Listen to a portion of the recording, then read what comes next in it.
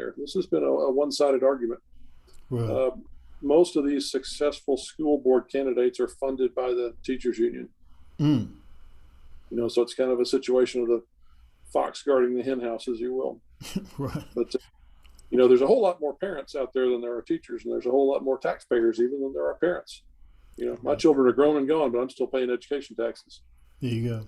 And I pay them with the hopes that the next generation will get educated, learn how to read and write, and be able to be gainfully employed in Kentucky so we can keep growing our economy.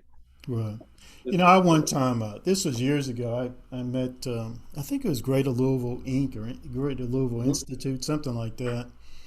And he was saying to me, we were talking, going back and forth about business in Louisville and Commonwealth of Kentucky. And he said, do you know what the biggest objection we receive, as far as successful companies coming into Louisville and Kentucky are, what the biggest thing they say? And I said, oh, well, is it taxes? He said, no. I said, was it cost of living? He said, oh, no, absolutely not. I said, so what is it? I was really intrigued at that point. He said, education. We need a larger population of educated workers. And if we get that, we'll have more companies. Yep. Go ahead, brother. I was going to say, I've seen that for years. When I worked in state government, we were trying to attract companies, and that lack of readily available trained workforce was crippling for us. We had a lot of people, but not a lot of people that could show up for work on time with the job skills necessary. And I think we've seen an erosion of entry-level type jobs. I mean, I started working when I was 14 or so. You probably did too. 13. Yeah. 13. Yeah. Working hot jobs, mowing grass, babysitting, whatever. And when you're old enough to get a job for a paycheck. And right. I don't see a lot of kids doing that anymore. So by the time they get out of high school, they don't really have a whole lot of job experience. Mm-hmm. And if they didn't pay much attention, they just got passed along and they're barely literate. They haven't learned that habit of getting up early, showing up for work on time, showing up for work sober, and work. It's going to be very hard for them to stay employed. Now, let me tell you what, if you have just a little bit of education beyond high school, some kind of a technical certificate and a variety of things that could take you just a matter of months to get, you are almost instantly employable in Kentucky. Certainly anything in the technical fields, anything in the construction fields, medical fields, welding, you're almost instantly employable if you've got a certification in one of those things. You don't need a college degree. You need tech school, trade school will get you there. And in fact, in Kentucky, due to educational choice scholarships, that type of education is almost free to you. Your first credential, I believe, is free when you go pursue it in junior college. But nonetheless, we have more people sitting on the sidelines. So we have more job openings than we have people sitting on the sidelines unemployed. But you can't match up the people with the job openings unless they're willing to show up on time and sober with the skills necessary to do the job. Right. And, right. And unfortunately, the $8 an hour jobs for unskilled people are just not real desirable, and there's not as many of those available. You need people that can read and write. Even if you're going to start out, waiting tables at your local restaurant, you still have to be able to read and write and figure out the bill and that sort of thing. Yes. Brother, man, it just bothers me so much. But thank God we got people like you who are going into public service. I mean, some of this just seems common sense. Hey, we need to focus on teaching young people how to read. Need to focus on teaching young people how to write. Just this basic stuff. And yet, I'm hearing about woke math. I actually heard from one parent who told me how her child, she was like 8, 9 years old, and they were asking her, demanding from her, what is your preferred pronoun? Yeah, it's crazy. And I'm like, I'm not getting this. Connect the dots here. Help me out here, because down the road, that child's going to need, like you said,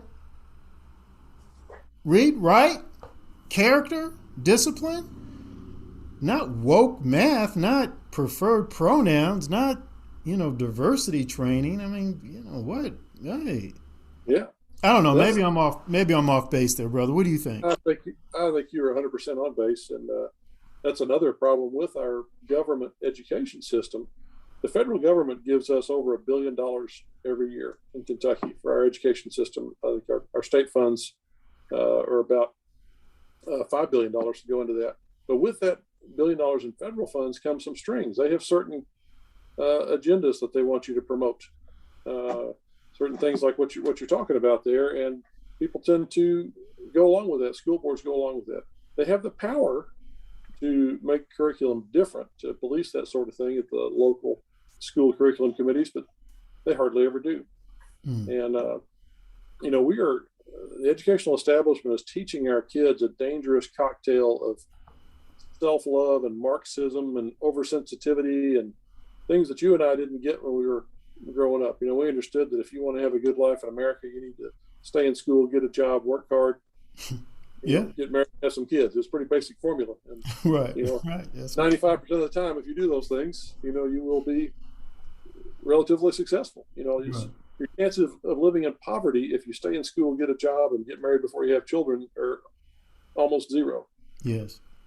And it's not complicated, but we're teaching kids the opposite of that. We're teaching them to take offense at everything, to be oversensitive, to change the meaning of words, to change the definition of things that are just obvious in nature. Right. What's a boy and what's a girl? And I don't have any children in school right now, but I'll have grandchildren someday. I don't want them learning that stuff. I want them learning 2 + 2 = 4, and how to spell, and how to read a book, and how to perform on a job, how to show up on time, how to have some honesty and accountability. And that is not the purpose of public education, and it's been hijacked by leftists to try to change the next generation. We've got to take it back. And if we can't take it back in the public schools, and what do we need? We need charter schools. We need private schools. We need parochial schools. It needs to be genuine competition so parents and taxpayers can send their kids somewhere else. I firmly believe that $17,000 or $18,000 per student that we spend should follow the student to the school of the parent's choice. Wherever you want to send them, those tax dollars are portable and go with you. And that is vigorously opposed by the education establishment. Again, they don't want that competition, and I think that is potentially our salvation. With that competition will become increased performance. Amen. Brother, I'm going to need to stop this. Let me just say this to my listeners. This is Book Talk with Corbin. I'm your host. My web address is booktalkwithcorbin.com. I'm speaking with my brother John here. We have spoken with him a couple of times before. Please go to my website and search for his other 2 interviews. It's very, very important. And I particularly want to say this to Kentucky parents. Folks, this is nothing to play with. Your child's education, your child's future. And I'm going to be very selfish. I'm going to be very selfish in saying this. Daggone it, I want more of our Kentucky youth ready to work. I want them ready to be able to start businesses. I want them ready to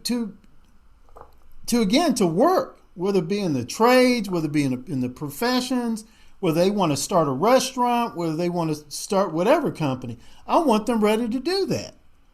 And this has nothing to do with color. I don't know where all this diversity, equity stuff comes from. I don't know their justification for it. My attitude is this. Can you read? Can you write at grade level? We don't need to be graduating functional illiterates. No, we don't need that. And, let me get off my soapbox, man. You and I are on the same page.